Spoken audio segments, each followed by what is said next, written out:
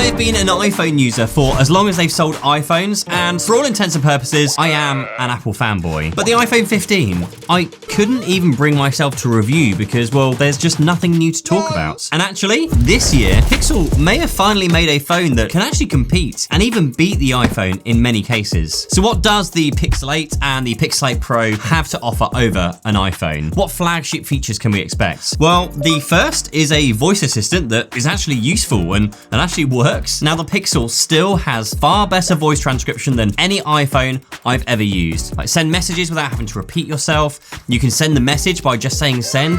Totally cool. It's contextually aware, so you don't have to keep repeating yourself each time. Though, whilst the Pixel Assistant has some features exclusive to the Pixel, such as call screening, which transcribes what unknown callers are saying before you answer the phone, even though they're getting better at not sounding robotic, at least here in the UK, most people tend to hang up assuming they've hit a voicemail anyway. So whilst that is a great feature, it's not good enough yet to actually do what it says on the tin. Now, secondly, it's actually the smallest things which have the biggest impact for me with the Pixel 8 series this year. Now, something as simple as listening to music in the gym, then maybe you need to check on your form, so you open a YouTube video. Now, on an iPhone, YouTube will totally hijack your audio so that when you stop playing the YouTube video, your iPhone has zero idea what was playing beforehand. Not even in that dynamic island thing at the top. But on my Pixel, it lets me swipe between the two audio sources and play them independently. Super simple, super clean, works really, really well. Now, one area that I am a little miffed about this year, though, is the differences between the Pixel 8 and the Pixel 8 Pro, because, well, both of these phones have the Tensor G3 chip running in them. So what do you get on the Pixel 8 Pro above the regular 8 is a bigger, brighter screen, which also comes with a slightly bigger battery, of course. You get 12 gig of RAM instead of 8 gig of RAM, and of course, an extra telephoto camera, and that's pretty much it. But the problem here is that some of the smart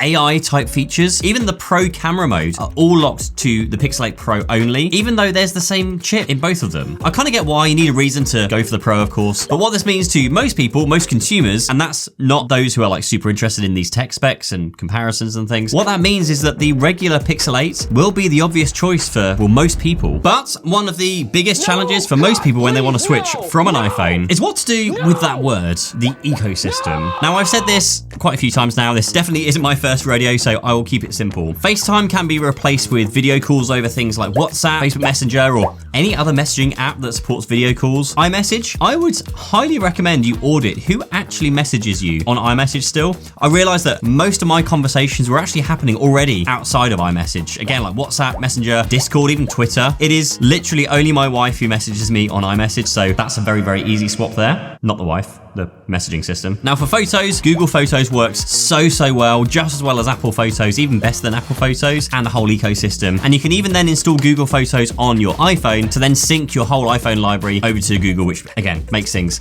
even easier. Now, you do lose out in a few areas depending on kind of your other technology choices. Copy and paste across devices if you use like a Mac, continuity camera, and also a few other areas. But many of those, again, actually not used that much, much less than I first thought. So for me, as far as the Apple ecosystem goes, it's not a big issue. But there is one area that this year I am so glad to see Google make progress, and that is with their improved Face Unlock, which still uses a single camera. You still got this pinhole camera on the top, but it now creates a 3D map of your face. And basically what this means is that, well, one, it's more secure than other Android devices using Face Unlock, but the main reason it impresses me is because I can now use Face Unlock to unlock various apps or make contactless payments, which is so much more convenient. If you're opening an app and you're already looking at your phone, then it unlocks without you having to shift your grip and do your thumbprint and all those kind of things. It just does it without missing a beat, and that works really, really well. But that is not all that's impressed me. I've said a lot of buts in this video. I want to talk about something next, which has really impressed me with this year's Pixel lineup, and that is the cameras. Now, many people will already know that photos taken on Pixel phones have this unique look to them that's inherently Pixel. It basically comes down to the software processing that happens after you take the photo, and because of this, you can usually tell when something has been shot on a Pixel. It just has that pixely look to it, and it doesn't disappoint. I've been able to capture some great shots of my family with this phone, and it's handled every situation brilliantly. Now, surprise,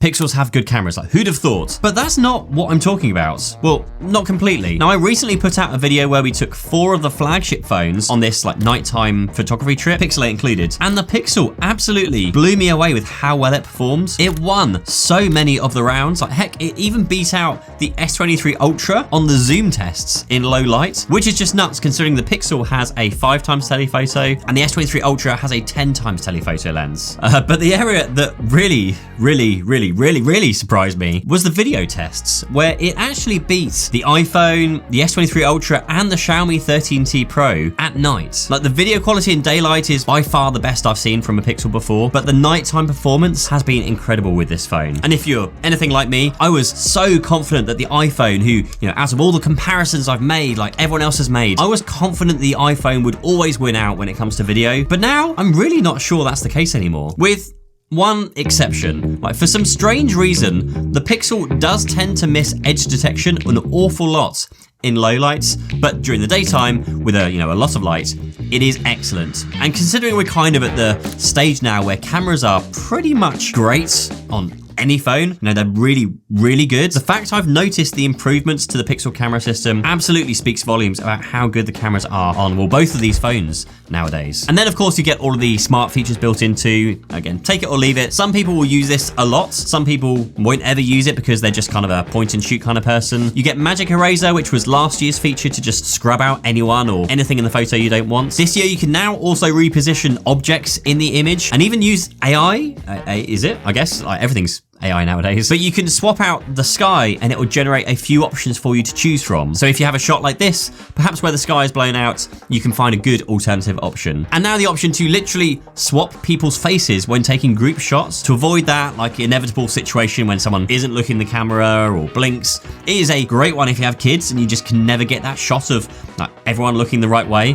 This might even be a great reason to buy a Pixel if you have a family and you struggle to get those family shots where you just look like you've got your shit together. Speaking of family, nobody likes dropping their phone, and the new impact cases from Casetify can work wonders for protecting your Pixel from what my wife would say is the inevitable. They have this crazy 8.2 foot drop protection, which is almost twice as tall as I am, and it has this shock absorption technology called EcoShock, allowing it to be built to withstand 104 consecutive drops from 4 foot. I wonder what happens on the 105th drop.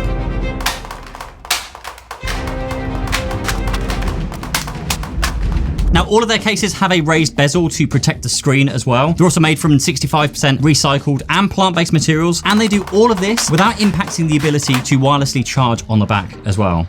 So snapping this onto my phone right now, the one thing I will say is the buttons on the phone feel fantastic. They are nice and clicky, but they're not too kind of loose. I know there's a few phone cases I've had where you can almost accidentally click the buttons and then it obviously does things to your phone. So really nice, really good feel in the hands, really nice finish on the back as well. And as an added bonus, they also fix one of the biggest problems, one of the most annoying problems with Pixels, where dust collects under the camera bumps and around it. So that's a fantastic bonus there. They also have a ridiculous number of cases to choose from. There's literally hundreds on the websites. So whether it's for yourself or your wife or girlfriend, like whoever it is, just go to casetify.com/Pete Matheson to get a 15% discount on your order.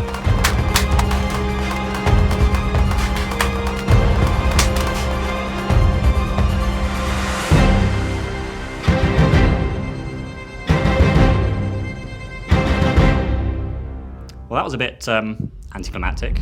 So if you do actually want to make the switch from iPhone to a Pixel, there are a few ways you can switch. Now, firstly, in the box, you get this little dongle, which allows you to plug your iPhone into your Pixel, and it will basically allow you to copy as much as you can from your iPhone to your Pixel. It's a pretty simple process, but I am always a fan of just starting with a clean slate when you can. So I chose to set up my devices just as a new device. Now, the one thing I did do though, was to install Google Photos, like I said, onto my iPhone to back up all my iPhone photos onto the Google system, so that wherever I am, I have access to all of my photos, regardless of which device I'm using. But now let's talk about the elephant in the room, performance, and now I guess thanks to the iPhone, heat management. So let's take performance first. Now the Tensor G3 chip is very fast. Now I'm not gonna sit here and run benchmarks to show you what the numbers say because, well, number one, I'm sure there are plenty of others who do that for you anyway. And number two, I genuinely don't think that benchmarks tell the full story. Like we've seen stories of other brands rigging the benchmark tools so they score highly in the tool, but then don't run as fast in day-to-day use. And this year, the Pixel has been surprisingly good to me. It is fast, it's fluid, just the interface just flies around. The fingerprint sensor also is pretty good, though I'm a bit disappointed they stuck with an optical fingerprint sensor instead of going for a ultrasonic. The fingerprint sensor itself isn't bad, I would say. It can be a little slow at times, but if you unlock your phone at night, it's a really bright light that kind of shines when you're in the dark, which you'll need to do because the face unlock, even though it's improved, it doesn't work that well, sometimes not at all in the dark. Now, in terms of heat management, it is way better. Like better than the iPhone 15, it seems. But setting the phone up, installing all of my apps, syncing my photos, and just all of that initial stuff, that is normally a surefire way to warm a Pixel up. But this year it just didn't. It just stayed cool. I was using the phone in my hand. It wasn't even warm to me, let alone, being too hot to touch. So this year, and like I said earlier in this video, I think Pixel is well on their way to a home run with the Pixel 8 and the Pixel 8 Pro this year. Great performance, great heat management, and what I would call a good battery life for most people. Now, it's not going to be up there with the iPhone 15 Pro Max or the S23 Ultra, but it is still good. And even though the Pixel has seen a price bump this year, which matches the iPhone 15 Pro now, given that they are now promising 7 years of updates and security patches, I think that this year, genuinely, the Pixel is some great competition for the iPhone that is well worth considering if you're curious about switching to Android, especially as Google is now growing their ecosystem quite nicely. You've got the Pixel Watch 2, Pixel Buds, Pixel Tablet, which my kid literally uses every single day. Also, comment down below if you want to see videos about, these kind of things. Now, I know there is a lot of press out there saying that Google aren't going to keep their 7-year promise, that they keep cancelling products and services, which, well, to people that use those products and services, they do. Now, I've used a few of those services that Google's later gone on to shut down, and it is annoying, but when making a promise like this, I'd be pretty confident that they're going to stick with it. Now, I know the whole iPhone versus Android discussion is hugely triggering for a lot of people, with most people saying the side they've chosen is the best. But honestly, as someone who uses both an iPhone and a Pixel as my daily driver phone, yes, daily drive, both of the phones are great for their own respective reasons. And I've said this once, and I'll say it again, one of these phones I enjoy using more than the other. And right now, that excitement isn't coming from an iPhone. So stay safe, be kind, until next time.